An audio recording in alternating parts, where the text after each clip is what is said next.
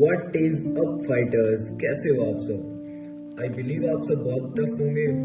तो बंधु, आज हम चर्चा करने वाले हैं on the most incredible and powerful source of energy, ओजस के बारे में। ये क्या है, बनता कैसे है, इसके फंक्शंस क्या है और ये हमारे लिए इतना बेनिफिशियल क्यों है। इन सभी टॉपिक्स को हम आज की वीडियो में कवर करने वाले हैं। So without any further delay let's get started. ब्रह्मचर्य प्रतिष्ठायाम वीर्य लाभः, अर्थात ब्रह्मचर्य का पालन करने से शरीर में असाधारण शक्ति और ऊर्जा यानी ओजस बढ़ता है।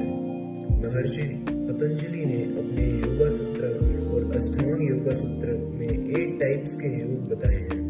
यम, नियम, आसन, प्राणायाम, प्रत्याहार, ध्यान, धारणा, समाधि। इनमें से जो फर्स्ट टाइप है यम, इसकी टोटल 5 स्टेजेस होती है, जिसमें से जो 4th स्टेज होती है ब्रह्मचर्य, उसे हमें प्रैक्टिस करना होता है अपने शब्दों से, विचारों से और एक्शन से।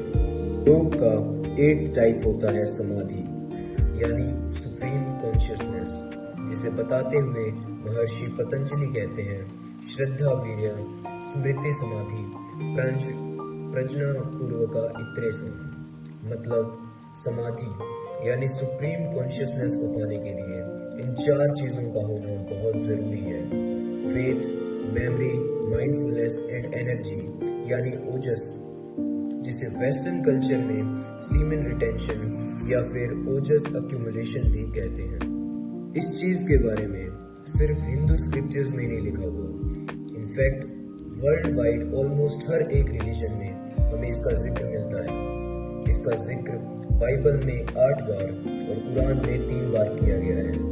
बाइबल में वर्सेस 16 और 18 में लिखा है कि जब जब किसी इंसान से सीमेन इजैकुलेट होता है, किसी भी तरीके से सीमेन एग्जिट होता है, तब तब वो अपवित्र हो जाता है और उसे उस टाइम पर नहाना चाहिए।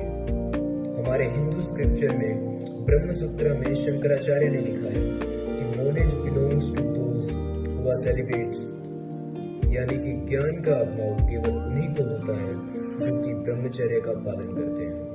चलिए अब आगे बात करते हैं। हमारे हिंदू स्क्रिप्चर्स में ओजस को प्राण शक्ति यानी कि वाइटल फोर्स कहा है, जिसका जिक्र हमें सबसे पुराने वेद ऋग्वेद में भी मिलता है।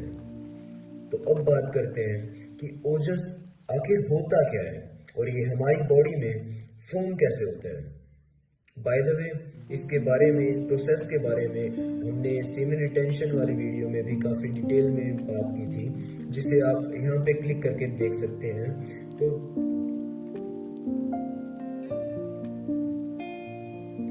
या फिर सिंपली सर्च करके भी देख सकते हैं। श्रुत संहिता में इसे एक श्लोक के द्वारा बताया गया है, जिसका सिंपली मतलब ये है कि जब आप खाना खाते हो तो आपका खाना आपके पेट में जाकर सबसे पहले एक कलरलेस ट्रांसपेरेंट फ्लूइड में कन्वर्ट होता है, जिसे हम प्लाज्मा कहते हैं। प्लाज्मा यानी कि रस कहते हैं, और वो रस आपके रक्त को फॉर्म करता है यानी कि ब्लड बनाता है। आपका ब्लड आपकी मसल्स बनाता है यानी कि ममसा बनाता है, और फिर ममसा मैदा यानी कि फैट को फॉर्म करती है, और फिर वो फैट बोन्स यानी कि अस्थि बनाती है। फिर अस्थि से मज्जा यानी कि बोन मैरो बनती है, और सबसे लास्ट स्टेप में आपका जो मज्जा है यानी कि बोन मैरो है, उससे स्पर्म सेल्स यानी शुक्र, वीर्य या फिर अथर्व जिसे कह सकते हैं, वो फॉर्म होता है। इस पूरी प्रोसेस में 35 डेज का टाइम लगता है, यानी कि हर एक स्टेप में ऑलमोस्ट 5 डेज का टाइम लगता है। और जो बाद में एंड रिजल्ट में हमें शुक्र धातु मिलता है, उसे हम बाकी 6 धातुओं का निचोड़ भी कह सकते हैं। इसी बात को आगे रखते हुए सुश्रुता ने कहा है कि हमारी बॉडी में ओजस हमारे ब्लड और प्लाज्मा के साथ सर्कुलेट होता है, और ये होता है एक एनर्जी चैनल के थ्रू, जिससे हमारा हर एक बॉडी पार्ट एफिशिएंटली चल पाता है। आयुर्वेद कहता है कि ओजस एक वाइटल एनर्जी है जो हमें स्ट्रेंथ प्रोवाइड करता है, जो हमें लश्कर देता है, जो हमारी इम्यूनिटी को बहुत तेज करता है, जो हमारी मेंटल और फिजिकल एबिलिटी को इन्हेंस करता है, और वक्त के साथ साथ हमें लॉन्जेविटी आती है, मतलब हमारी एजिंग प्रोसेस स्लो डाउन होती है।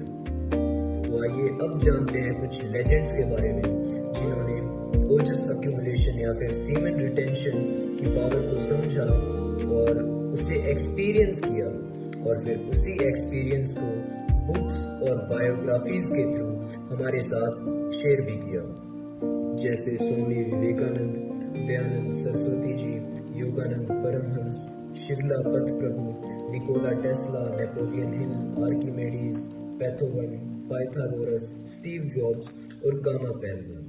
तो स्टार्ट करते हैं स्वामी विवेकानंद से।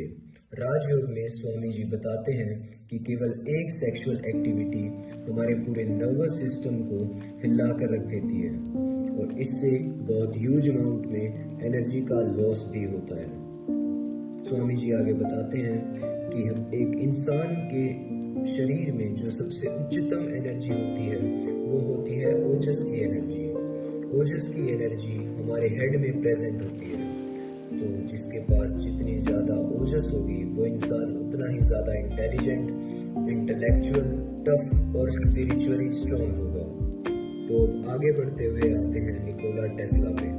निकोला टेस्ला ने कहा है कि सेलिबसी एक इंसान के ब्रेन को बहुत शार्प और इंस्पायर करती है, उसे क्रिएटिव बनाती है। एक इंटरव्यू में उन्होंने बताया है कि अगर कोई इंसान अपने अंदर की वाइटल एनर्जी को कंट्रोल कर सकता है तो वो कुछ भी अचीव कर सकता है, लिटरली कुछ भी। वो अपने अंदर की फीलिंग्स को, अपने इमोशंस के ऊपर कंट्रोल भी कर सकता है, जिसे हिंदुइज्म में कुंडलिनी योग भी कहते हैं। और ये जो एनर्जी होती है, इसकी सबसे बड़ी थीफ एक वुमेन होती है। ये बात मुझे पता थी, इसलिए मैं हमेशा अलर्ट रहा। ये एग्जैक्ट शब्द है मिस्टर निकोला टेस्ला के। सो नेक्स्ट है नेपोलियन हिल, जिन्होंने अपनी book think and grow rich में सेक्सुअल ट्रांसम्यूटेशन के ऊपर पूरा एक चैप्टर लिखा है। वो कहते हैं कि सेक्सुअल डिजायर इस वर्ल्ड का सबसे पावरफुल डिजायर है, और सेक्सुअल एनर्जी सबसे पावरफुल एनर्जी, और लोग इसे बस कुछ सेकंड के प्लेजर के लिए यूं ही वेस्ट कर देते हैं। मतलब उन्हें अंदाजा भी नहीं होता कि वो खुद का कितना ज्यादा लॉस कर रहे हैं।